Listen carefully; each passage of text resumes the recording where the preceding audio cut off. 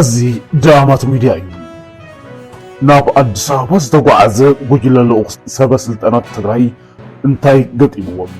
ካብ ኣፍ ደገ ቤተ መንግስቲ ተመለሱ ዝተባሃሉ ሰበስልጣናት ህወሓት ዘመልከተ ሓበሬታ ሒዝና ኣለና።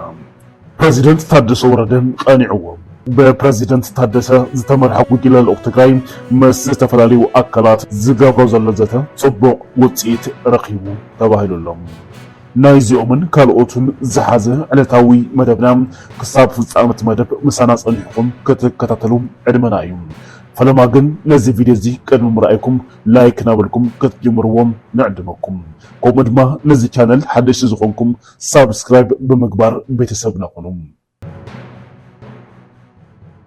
አዲስ አበባ ዝተጓዓዘ ጉጅለ ልኡኽ ትግራይ ምስ ቀዳማይ ሚኒስትር አብይ አሕመድ ዘተ ንምግባር ዝዓለመ እኳ እንተነበረ እንቅፋት ገጢምዎ ተባሂሉ ቀዳማይ ሚኒስትር ኢትዮጵያ አብይ አሕመድ ምስ ኣብ ግዚያዊ ምምሕዳር ትግራይ ዘለው ኣመራርሓ ህወሓት ከዘራርቦም አይደልን መልስዎም ኢሉ ካብ ኣፍ ደገ ቤት ጽሕፈት ቀዳማይ ሚኒስትር ከመለሱ ከም ዝተገበሩ ተፈሊጡሎም። ቀዳማይ ሚኒስትር አብይ አሕመድ ምስ ፕሬዚደንት ታደሰ ወረደ ጥራሕየ ዝዘራረብ ብምባሉ እቶም ምስ ፕሬዚደንት ታደሰ ሓቢሮም ዝተጓዓዙ ሰብ መዚ ትግራይ ምስ ቀዳማይ ሚኒስትር አብይ አይተራኸቡን። ፕሬዚደንት ታደሰ ግን ክልተ መዓልቲ ምስ ቀዳማይ ሚኒስትር ኢትዮጵያ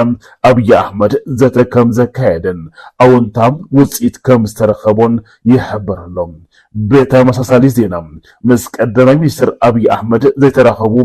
አመራርሓም ትግራይ ምስ ፕሬዚደንት ታደሰ ወረደ ብምዃን ምስ ዝምልከቶም ካልኦት አመራርሓ ፌደራል ኣብ ዝተፈላለዩ ጉዳያት ይዘትየለው። ምስ ፊልድ ማርሻል ብርሃኑ ጁላን ምስ አመራርሓ ንግዲ ባንኪ ኢትዮጵያን ዝተራኸቡ እቶም ሰብ መዚ ኣብ ትግራይ ዘሎ ኩነታት ብዝምልከት ከመይ ክፍታሕ ከም ዘለዎም ኣብ ስምምዕ ከም ዝበጽሑ ተፈሪጡሎም። እቶም ዝምልከቶም አካላት ፌደራል መንግስቲ እውን ኣብ ናይ ትግራይ ጸገም መፍታሕ ግድኦም ከም ዝጻወቱ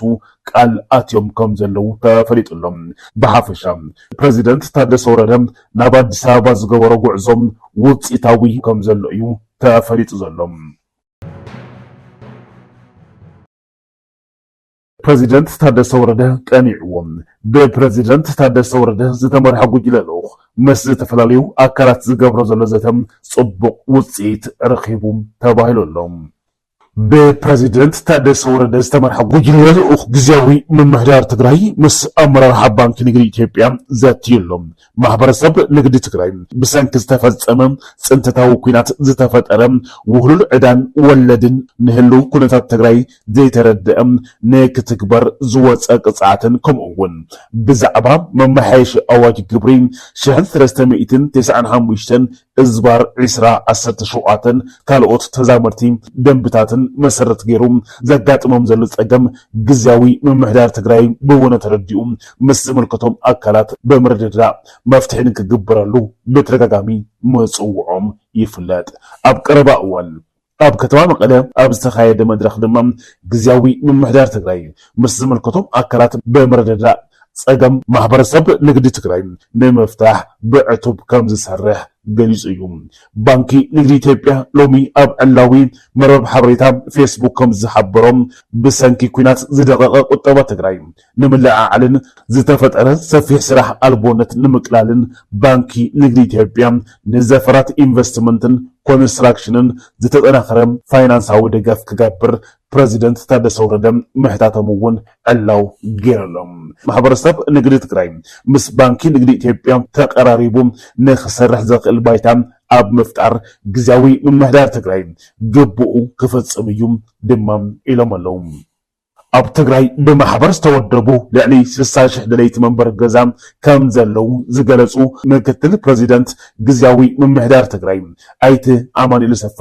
ባንኪ ንግዲ ኢትዮጵያ እቶም ማሕበራት ገዛ ዝሰርሕሉ ዕድል ልቓሕ ንከመቻቹ ሓቲቶም።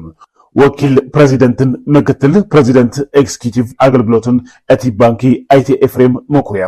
እቲ ባንኪ ንዘፈር ኢንቨስትመንት ትግራይ እናደገፈ ምምፁ ኣዘኻኺሮም። ባንኪ ንግዲ ኢትዮጵያ ኣብ ትግራይ ንዝለዓሉ ሕቶታት ቅልጡፍ ምላሽ ንምሃብ ምስ ግዚያዊ ምምሕዳር ትግራይ ብቀረባ ክሰርሕ ምዃኑ ኣብቲ ዘተ ስምምዕ ከም ዝተገበረሉ ዕላዊ መርበብ ሓበሬታ ባንኪ ንግዲ ኢትዮጵያ ሓቢሩሎም። ኣብ ሕጻጽ ብኸቢድ ጥሜት ህይወቶም ዝስእኑ ዘለው ተመዛበልቲ ወገናትና ቅልጡፍ ምላሽ እንተዘይተዋሂቡ ሓደጋ ጥሜት ብዝኸፍአ መልክዑ ክቐጽል ጅምላዊ ሞት ከጋጥም ከም ዝኽእልን ጽላል ሲቪል ማሕበረሰብ ምዕራብ ትግራይ ኣተሓሳሲቡ እቲ ንልዕሊ 5 ዓመታት ኣብ ከቢድ ሕሰም ዝጸንሐ ተመዛበሊ ህዝብና ሎሚ ካብ ዝኾነ እዋን ላዕሊ ብሰንኪ ከቢድ ጥሜት ኣብ ኣፍ ደገ ሞት ይርከብ ድማ ክብል ገሊጹሎም ብኣሽሓት ዝቁጸሩ ካብ ምዕራብ ትግራይ ካብ ቤቶምን ዓዶምን ብግፍዒ ተሰጉጎም ኣብ ዞባ ሰሜን ምዕራብ ትግራይ ኣብ ዝርከብ መዕቆቢ ተመዛበልቲ ሕጻጽ ዝርከቡ ወገናት ኣብ ኣዝዩ ዝኸፍአ ሰብኣዊ ቅልውላው ጥሒሎም ዝርከቡ ኮይኖም ሕዚ ድማ ናብ ዝኸፍአ ምሉእ ጥሜት ዝወደቁሉን ኩነታት በፂሖም ክብል እቲ ማሕበር ዕላው ገይሩሎም ነዚ ቅልጡፍ ምላሽ ክወሃብ ከም ዝግባእ ኣመልኪቱ ጽላል ሲቪል ማሕበረሰብ ምዕራብ ትግራይ ናብ ቤት ጽሕፈት ኣተሓባሪ ሰብኣዊ ጉዳያት ሕቡራት ሃገራት ውድብ መግቢ ዓለም WFP ዩኒሴፍ ውድብ ጥዕና ዓለም UNHCR ዓለም ለኻዊ ኮሚቴ ቀይሕ መስቀል ሓዊሱ ናብ ሰብኣዊ ሓገዝ ሕብረት ኣውሮፓ ቢሮ ሰብኣዊ ሓገዝ ኣሜሪካ ኢሉ እውን ሕብረት ኣፍሪካን ዓለም ለኻውን ሃገራውን ሰብኣዊ ዘይመንግስታውያን ትካላትን መንግስታት ለገስትን ህጹጽ ወዳሕታን ምላሽን ክህብሉ ዕላዊ ደብዳቤ ከም ዝጸሓፈ ገሊጹሎም ኣብ ሕጻጽ ዝርከቡ ወገናት ይመቱለው ዝበለ ሲቪል ማሕበረሰብ ምዕራብ ትግራይ ህፃናት ኣረጋውያን ነፍሰ ጡራትን ሰንኩላንን ምስ ጥሜት ዝተኣሳሰሩ ጠንቅታትን ክከላኸሉ ኣብ ዘይኽእሉ ብርኪ በፂሖም ብሕማማትን ህይወቶም ይስእኑ ኣለው ክብል ገሊጹሎም እዞም ተመዛበልቲ ወገናት ንኣዋርሕ ብስርዓት እኹል ምግቢ ኣይረኸቡን ጽሩይ ማይ ክንክን ጥዕና ብቑዕ መጽለልን ሓለዋን ተሓሪሞም ኣለው ዝበለ እቲ ማሕበር እቲ ዝርከቦ ሰብኣዊ ሓገዝ ኣዝዩ እኹል ኣብ ልዕሊ ዘይምዃኑ ጸገም ተበጻሕነት ስለ ዘለዎ ድማ እቲ ህዝቢ ንሕዱር ሕፅረት ምግብን ሕማምን ተቃልዑ ካብ ውጽኢቱ ድማ ብሰብ ስራሕ ጥሜት ኣደዳም ለበዳታት ክኾኑ መዓልታዊ ምጥፋእ ህይወትን ልሙድ ተርእዮ ኮይኑ ኣሎ ኢሉሎም ብሰንኪ ኣብ መዕቆብ ተመዛበልቲ ሕጻጽ ኣጋጢሙ ዘሎ ከቢድ ጸገምን ሰብኣዊ ቅልውላው ኣዴታት ብልዑል ሕፅረት ምግቢ ጦብ ከጥብዋ ኣይከኣላን ድማ ክብል ነቲ ጸገም ኣመላኺቱ ኣረጋውያን ብሰንኪ ጥሜትን ከቢድ ሽግርን ብሰላሕታ ህይወቶም ይስእኑ ምህላዎም መሰረታዊ ቀረብ መድሓኒት ዘይምህላው ብስሩዕ ዝቀርብ ሓገዝ ምግቢ ዘይምህላው ብሓፈሻ ነቲ ኣብ ሕጻጽ ዘሎ ከቢድ ሰብኣዊ ቅልውላው ዝመጣጠን ሰብኣዊ ምላሽ ከም ዘይተረኸበን እዚ ብቕልጡፍ ፍታሕ እንተዘይረኺቡ ሕዚ ዝረአይ ዘሎ ህይወት ሰባት ምጥፋእ ብዝተበኣሰም ጅምላዊ ሞት ከስዕብ ከም ዝኽእል እቲ ማሕበር ኣብቲ ቅሉዕ ደብዳቤኡ ስግኣቱ ገሊጹሎም ስለዚ እቲ ዘጋጠመ ሓደጋ ጥሜት ብዝኸፍአ መልክዑ ይቐጽል ስለ ዘሎ ዓለም ለኸ ትካላትን ሃገራትን ነዚ ኣብ ቅድመ ዒንቶም ዝረግፍ ዘሎ ህይወት ንምድሓን ህጹጽ ጣልቃ ምእታው ክገብሩ ታሪኻውን ሰብኣውን ሓላፍነት ክዋፁ ይግባእ ክብል ጽላል ሲቪል ማሕበረሰብ ምዕራብ ትግራይ ጸውዒቱ ኣቕሪቦሎም